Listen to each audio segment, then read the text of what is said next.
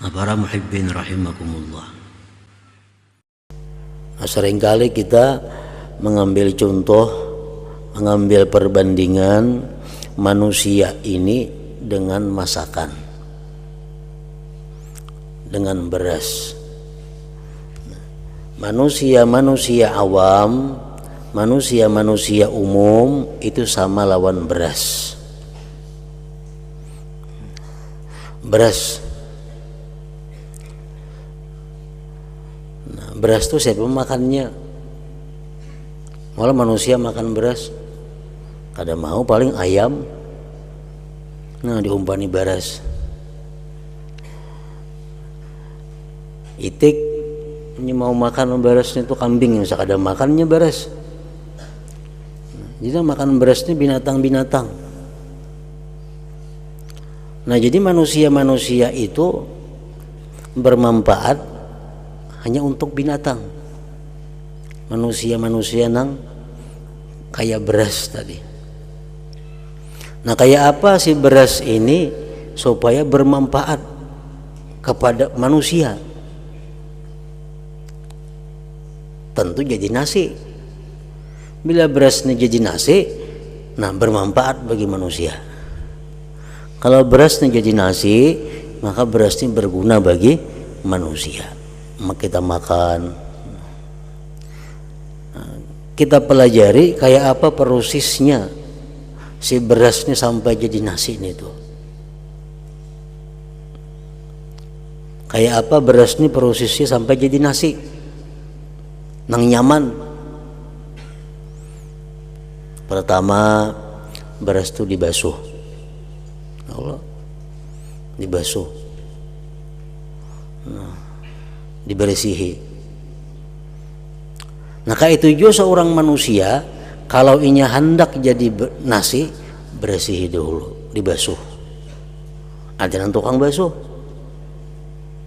Dalam hal ini adalah gurunya. Nah, dibasuh, direndam, dikacak-kacak oleh gurunya si manusia nih. Tuntung dibasuh, dihantak-hantak lobak orginah menisakan beresnya toh. Nah, itu juga manusia dihantak-hantak oleh pendidiknya, oleh gurunya supaya tiis. Nah, itu pun apalagi beres nih dimasak. Nah, manusia hendak jadi manusia yang bermanfaat kepada manusia mesti dimasak. Nah, dimasak. Sain lawas, sain panas, sain menggurak. Nah, menggurak beres tadi.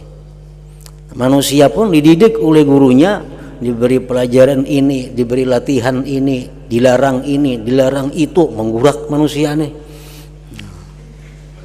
Mengguraknya. Jadi menggurak itu dilihatkan lah, kada diharu pulang. Nah, anu ancuh. Ya Allah, beres itu diharu pulang. Kayak itu juga sih ini manusia nih, digulak-gulak, dididik, diharu, dimacam-macam oleh pendidiknya supaya jadi nasi. Dilajari ilmu macam-macam, disuruh ini, gawi ini, jangan itu, jangan ini. Nah, tuntungnya manggurak, karing. Nah, si beres nanya karing, mbah karing apa ditukupi, tak ditukupi. Manusia tadi sama, begitunya sudah karing tak ditukupi ini apa, disuruh bakhalwat, disuruh bauzlah.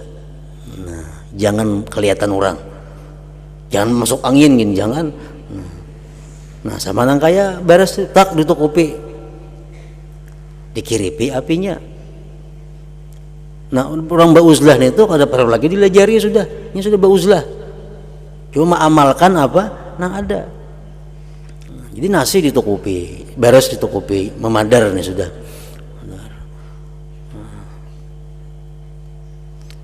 Sekian lawas ditukupi, sekian lawasnya bakhalwat. Manusia ini hanyar ujar gurunya. Nah, ini kira-kira sudah masak. Karena kita buka panci tadi, kita lihati, oh belum, tukupi lagi. Untuk keluar rajin tuh, belum. Artinya belum. Masih karas lagi nih, masih karas. Tambah lagi khalwatnya, tambah lagi uzlahnya. Nah, Sudah sekian masa, sekian waktu, dibuka, oh sudah selesai. Nah, dikaut, diberi makan kepada manusia. Nah, inilah seorang yang sudah selesai pendidikannya. Jadinya mengajar kepada manusia, manusia nyaman mencerna apa yang disampaikannya, orang nyaman mendengar. Masak nasinya, amun nama alang ini nang daur,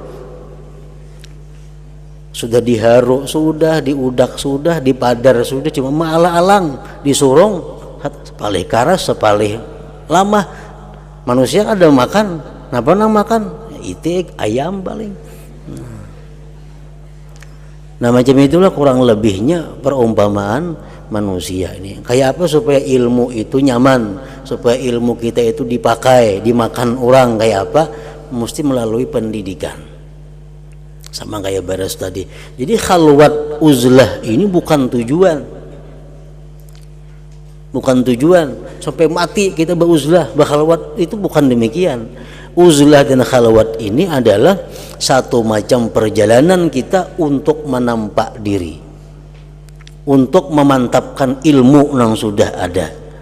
Nah supaya apa? Supaya terjun ke masyarakat, kita nyaman, kita mudah, kada terganggu dengan hal-hal yang merusak diri kita, karena sudah matang.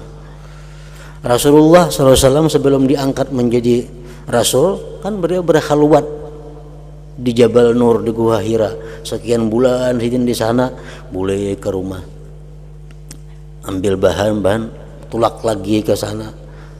Akhirnya apa? Akhirnya diangkat jadi Rasul. Imbasnya jadi Rasul adalah sering beruzlah, kan ada lagi. Terus bergaul dengan masyarakat, bergaul dengan orang kafir, bergaul dengan orang zalim, bergaul dengan orang fasik, bergaul dengan orang-orang mukmin. Beliau kada terganggu. Kenapa? Karena sudah masak dengan uzlah, dengan khalwat beliau tadi. Nah oleh karena itu, seseorang pelajar, seseorang yang berilmu, dia beruzlah, dia berkhalwat, itu ada melatih dirinya, memasakkan dirinya, supaya keluar ke masyarakat kada terpengaruh dengan orang lain, karena sudah masak. Nah jadi itu sebenarnya tujuan atau maksud daripada kita disuruh beruzlah, disuruh berkhalwat, supaya apa? Supaya kita bisa kawa meluruskan ibadah. Jangan mbahnu tagawi, mbahnu kada, mbahnu talat, mbahnu takada atau 2 hari. Nah kalau kita beruzlah, kita bisa mengatur waktu. Kenapa? Nah, mengganggu kada ada tamu, kada ada kawan, kada ada. Nah kita menguasai waktu. Jam 2 kita melaksanakan ini, jam 3 kita melaksanakan ini, jam 4 melaksanakan ini, jam 5 sembahyang subuh, jam 6 baca ini, jam 7 ini. Nah waktu teratur. Nah kalau sudah kita punya ketetapan waktu, sehingga kita mempunyai kawan-kawan malaikat sahibul waktu, belum lagi kita beribadah, mereka sudah menunggu kita. Nah, kita belum lagi beribadah, jam 2 kurang 5, oh, malaikat kita sudah datang menunggu kita. Karena ini jam 2 waktu kita menghadap Allah Subhanahu wa taala. Nah, ini yang dimaksud dengan ujar Nabi kita, ahabbul a'mal ilallah adwamuha wa in qalla. Allah paling suka amalan itu nang mudawamah, nang terus menerus. Allah paling suka amalan itu nang disiplin, wa in qalla, walaupun sedikit. Nah, ini boleh jam 2 sembahyang 2 rakaat tuh aja. Tes jam 2 dimanapun inya berada, kapanpun, bila jam 2 sembahyang 2 rakaat. Nah Allah paling suka ibadah seperti itu walaupun sedikit, daripada nang mbahnu jam 2, mbahnu jam 1, mbahnu jam 3, mbahnu parai. Nah walaupun banyak, Allah kada suka demikian. Ahabbul a'mal ilallah adwamuha.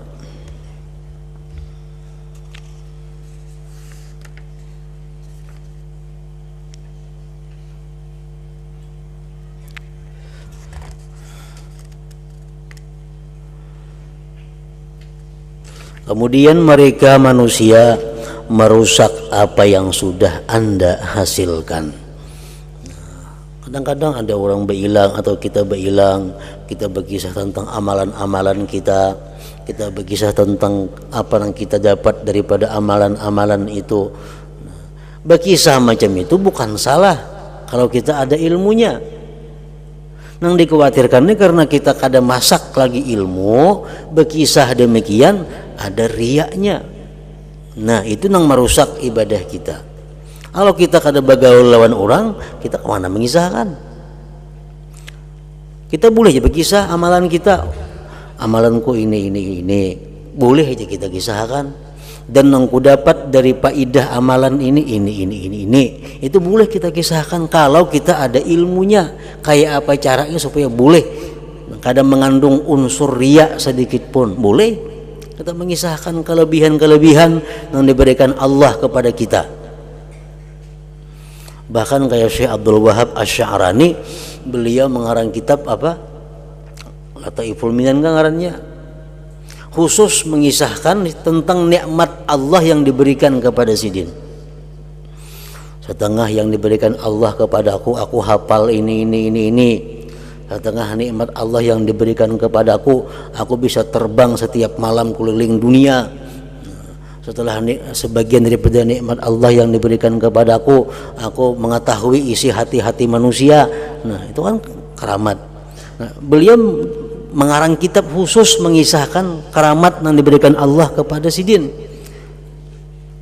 Itu boleh aja karena Sidin mengetahui ilmunya, sehingga kada termasuk ada riak sedikit pun dalam itu. Nah kalau kita yang belum matang ini kadang-kadang sedikit berkisah ada unsur riak masuk ke hati kita, ada rasa gembira, ada rasa harap, ada rasa melebihi pada orang lain. Nah itu yang merusak ibadah. Oleh karena itu sebelum kita demikian disuruh kita uzlah, disuruh kita memenjelkan diri, supaya diri kita ini kuat. Mungkin kita beribadah, kita kisahkan ini itu bisa merusak ibadah kita, sekurang-kurangnya mengurangi pahala. Tapi kalau niat kita bagus, murni, kita mengisahkan ini ibadah kepada orang yang ziarah lawan kita nih, semata-mata tujuan kita untuk menggemarkan inya, sedikit pun kada ada riaknya, nah itu baik aja. Nah, orang datang kepada kita minta amalan apa yang bagus, jadi kita nih membaca, ikam baca ini 1000 kali 40 hari berturut-turut, ikam dapat faedahnya. Ini aku sudah merasakan. Dulu aku pernah mengamalkan ini 40 hari 1000 sehari, hasilnya nampak kelihatan. Nah kan mengisahkan amal seorang nih. Kalau kita mengisahkan tujuan kita hanya untuk menggemarkan ini supaya semangat, kalau ada unsur riya sedikit pun, nah itu berpahala. Nang khawatir tuh kalau sedikit ada masuk dalam hati kita kebanggaan, dalam hati kita ada masuk perasaan lebih daripada orang ini, nah maka itu sekurang-kurangnya mengurangi pahala amal dahulu, bisa-bisa merusak. Nah ini yang dikhawatirkan dengan bergaul di tengah masyarakat. Kalau kita uzlah, kita selamat daripada yang demikian. Karena itu Anda harus uzlah dan memencilkan diri dari manusia, serta senantiasa memohon perlindungan Allah dari keburukan zaman ini dan orang-orang yang berada di zaman ini. Sebagaimana biasa doa-doa para alawin, Allahumma hafazni min syarri zaman wa syarri ahli zaman. Ya Allah, selamatkan aku, peliharakan aku daripada kejahatan ini masa dan kejahatan ahli ini masa, orang-orang yang ada di ini masa. Serta senantiasa mohon perlindungan Allah dari keburukan zaman ini dan orang-orang yang berada di zaman ini. Allah Ta'ala bakal menjaga kita dengan anugerah dan rahmatnya. Nah, ingat situ jika Anda bertanya, lalu bagaimana hukum uzlah dan memencilkan diri dari manusia itu? Jadi kita disuruh, kita dianjurkan uzlah, dianjurkan menjauhkan diri dari manusia. Hukumnya apa? Apakah wajibkah kita beruzlah itu, atau sunatkah, atau mubah aja kah?